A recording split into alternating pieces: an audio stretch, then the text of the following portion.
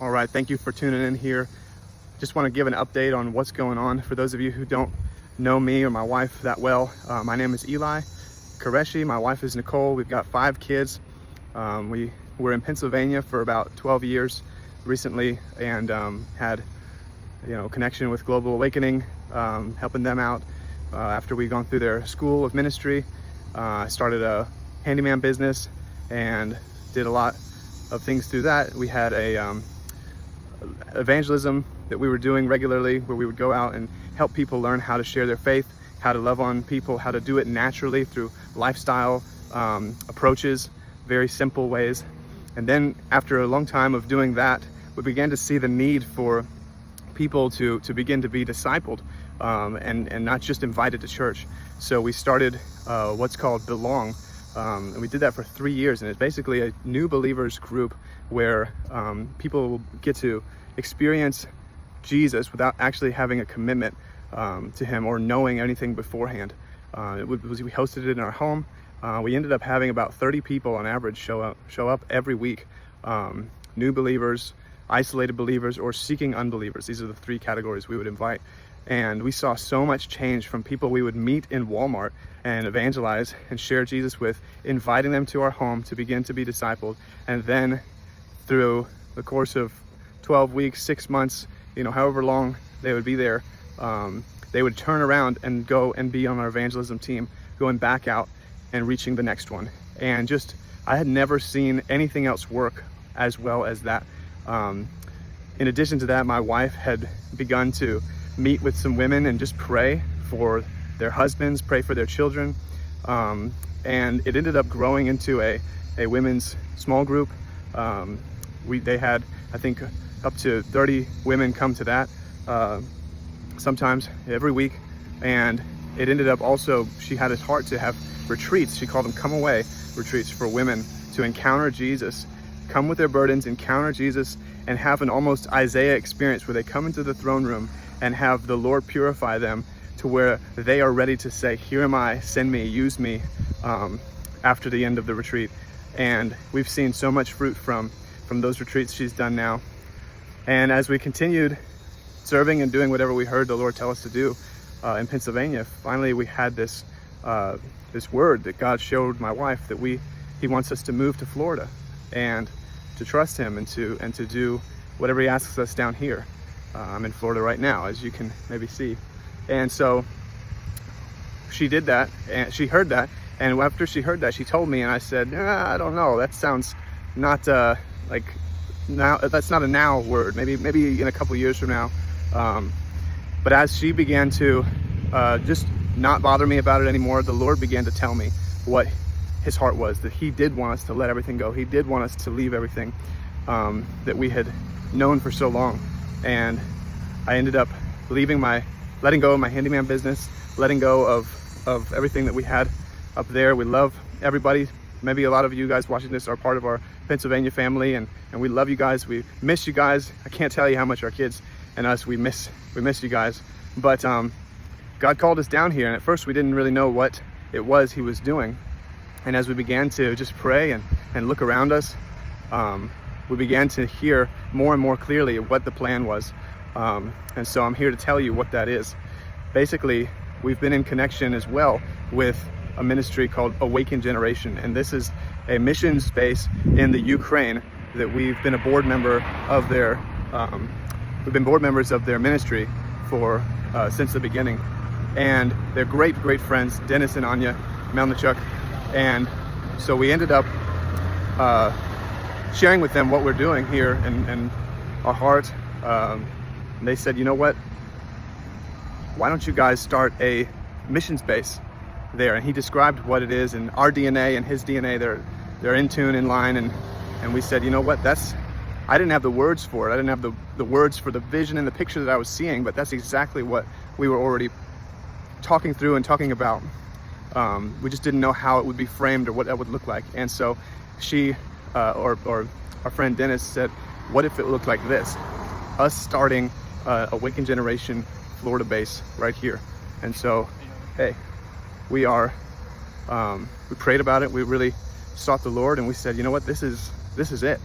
that's exactly what we want to do. And so it's a big dream, it's a big vision, but the concept is basically having a base here in Florida where we train and equip others to do everything out of prayer and worship. We believe that nothing can be really done with longevity apart from prayer and worship, apart from the presence of God and the rhythms of seeking Him regularly, not out of duty, not out of obligation, but out of desire and out of need for Him to be in and through all the things that we do. No initiative can really be successful if God Himself isn't the one who's in it and a part of it. And we should be doing everything out of the overflow of His love for us and His love for people. So that's number one. Number two is training and equipping and evangelism. The gospel is very clear. It's the go, right? Go of the gospel. And Jesus was very clear at the end of His ministry to say, all authority in heaven and on earth has been given to me, therefore go and make disciples of all nations. And so disciples of all nations starts in your backyard. And so right here, we want to train and equip people to not just make disciples of churchgoers, but to evangelize for new people, lost people, finding them in the streets, finding them wherever we can as we go, and inviting them to what we saw and did in Pennsylvania, a belong group, a place where they can begin to be discipled and begin to experience family, the family of God. And then, evangelism and discipleship, huge keys on that second part. The third part is a mercy ministry. A mercy ministry would be ministry to the least of these. It could be orphans and widows, as it describes in the true religion in James. Or it could be, as Jesus said, what you've done to the least of these, those who were in prison, those who were hungry, those who were needing shelter, right? All these things that He said, when you did it to them, you did it to me. And so right now we're praying about what that looks like. We have a potential open door to help with a program that is local here, that they have created a house. It's a huge 24-unit apartment building that they just built for the sake of kids who have aged out of the foster care programs, to give them home, to give them placement, and to help disciple them and love on them and have them experience family and experience just the love of Jesus, and help them to get stabilized through job, through skills, through work. And so it's a great vision. We love what they're talking about. And as soon as we heard about it, even before we moved down here, we were like, you know what, this is part of what we want to do down there, if they'll have us, if they'll let us help them. And so we're right now, literally as I make this video, we're set up for a meeting to share our vision with them and how we can help and what we can do. And the fourth part of the core of this mission space would be missions. How is that different from evangelism and discipleship? It's training up local people to be sent locally and abroad. God's heart is for the nations, and it's not just for our back door. And sometimes there is a perspective that we can get when we go to another nation and experience people and experience culture and experience God moving in those people, that when we come back, we are changed and we see the world around us, our little local world, our little local community, and we have a greater heart and a greater desire to do more here and be used by God more here when we've gotten an experience like that internationally. And so we have connections obviously with the Ukraine and with Pakistan and with other places and groups, and we want to see people, local, normal, Christians raising up to be able to go on short-term mission trips, and maybe they'll have a desire in their heart to go and serve long-term after they've seen it and done it, as well as the other way around. We want to bring in missions teams to what we're doing here locally, having them experience something maybe different or new, and then sending them back out with a different perspective. And so these are some of the core things. We've already begun to do regular evangelism outreaches, teaching lifestyle evangelism, door-to-door, door knocking, sharing the gospel, sharing, prayer, prophecy, prayer for healing. We've begun to do a belong group already here. We've partnered with a local church, and they're allowing us to host it in their building, and it is incredible. We've only this is officially the fourth week we had it, and we've already had a packed room, 15, 17 people. And so most of them being new, being just invited from the outreaches and from old connections that I had with friends. And so the Lord is moving. We are excited. We've begun to also do once a month longer worship sets. We call these burns. This is not a unique or original word from us, but it's the goal is to have a 24-hour prayer, worship, and evangelism time once a month, hosted at different churches and filled up with different church worship teams and worship leaders and people who love to pray and worship, as well as evangelism teams. We're 24 hours straight. Every moment of that time, there is a team going out, sharing the gospel with people and loving on people, and there's continuous worship and prayer happening. We had done this, been a part of a larger group who did this in Salem, Massachusetts for the Witchcraft Halloween festival, and it was amazing. We would see, it was a 72-hour prayer and worship thing, and with evangelism, and we would find the evangelism was so much more fruitful because of the backing and support of the prayer and worship. And there's just so much stuff that happens spiritually in that atmosphere, and our desire is to have this as a hub that continually happens over the area, and the amount of unity it brings in the body of Christ when multiple churches come together, worship the Lord together, reach the lost together, which is our common denominator. We have the same lost all around us, the same community that we're all in, that our job is to reach them and give them Jesus, and we want to worship the same Lord. So if this is the same for all of us, we want to pull these denominators together and use it as a way that we can unify as a body in the local area. So this is something we've already started. We did it on Halloween. It was our first one for 4 hours, and our desire is every month we're going to add 2 hours. Every month we're going to add 2 hours at least. So the end of November here, we're going to be doing it for 6 hours, and then maybe when we get to December, we'll be able to do 8 or more, depending on how many people we've gotten to connect and join us.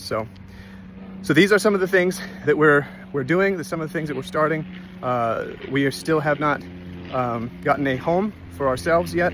The Lord is, I believe He's opening up a door. So pray for that.